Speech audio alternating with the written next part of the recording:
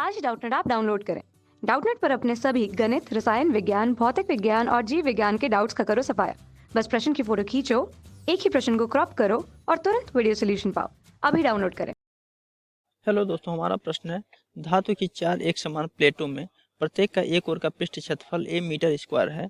ये प्लेटें वायु में एक दूसरे से डी मीटर दूरी पर रखी हैं तथा चित्रानुसार आपस में जुड़ी हैं। बिंदु ए और बी के बीच धारिता ज्ञात कीजिए। तो आइए इस प्रश्न को देखते हैं।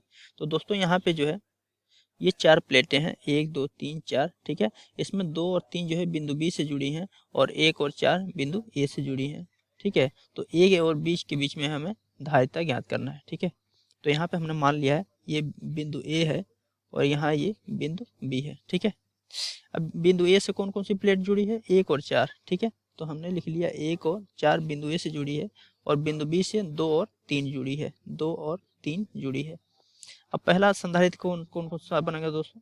पहला ये मतलब संधारित्र क्या होता है, संधारित्र जो है दो दो बिंदुओं के बीच जुड़ा होता है, ठीक है। दोनों प्लेटें दो बिंदुओं से जुड़ी होती हैं, ए और बी से, ठीक है। मतलब अगर मान ले दो बिंदु ए और बी हैं तो दोनों अलग अलग बिंदुओं से जुड़ी होती हैं और दोनों प्लेटों पे अलग अलग आवेश होता है। इस पे अगर प्लस होगा तो इस पे माइनस होगा, ठीक है।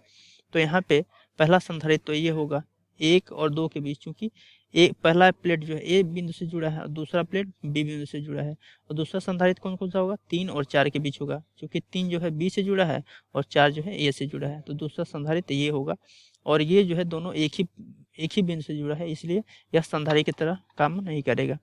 तो यहाँ देखते हैं पहला प्लेट कौन कौन सा है, एक और दो के बीच जुड़ा है। तो पहला प्लेट हमने ले लिया, ये एक हो गया, ये दो हो गया, ठीक है।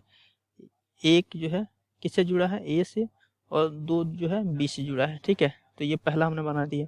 दूसरा संधारित्र तीन और चार के बीच जुड़ा है, तो तीन यहाँ से, ये प्लेट तीन हो गया और ये प्लेट चार हो गया और ये जो है किससे जुड़ा है, चार ए से जुड़ा है और तीन जो है बी से जुड़ा है, ठीक है। ये हमने बना लिया इसका इक्विवेलेंट यानी तुल्य तुल्य परिपथ बना लिया, ठीक है।